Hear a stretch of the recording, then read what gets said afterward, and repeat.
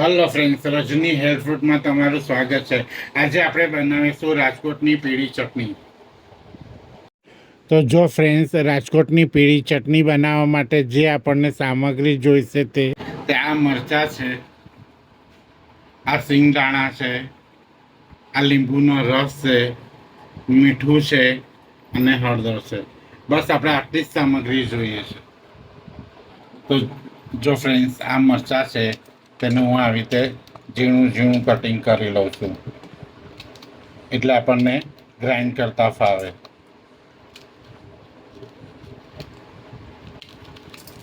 હવે આવી રીતે આપણે બધા મરચાં કટિંગ કરી લેવાના છે. તો જો ફ્રેન્ડ્સ, આ મિક્સર જાર છે, એનું ઢાંકણું ખોલું છું ને જે આપણે મોળા મરચાં કટિંગ કરેલા તે મોળા મરચાં હું અંદર એડ કરી દઉં છું.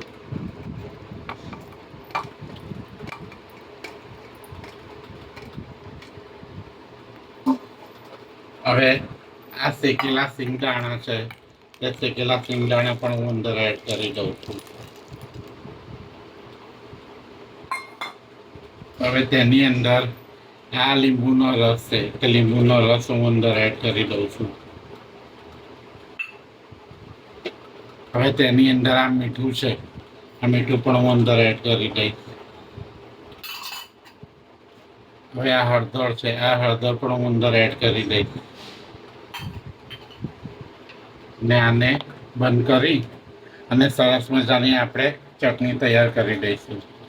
તો જો ફ્રેન્ડ્સ, આ ચટણી આપણી ગ્રાઇન્ડ થઈ ગઈ છે. હવે હું તમને ખોલીને બતાવું છું. તો જો ફ્રેન્ડ્સ, કેટલી સરસ આપણી રાજકોટની પીળી ચટણી કમ્પ્લીટ છે.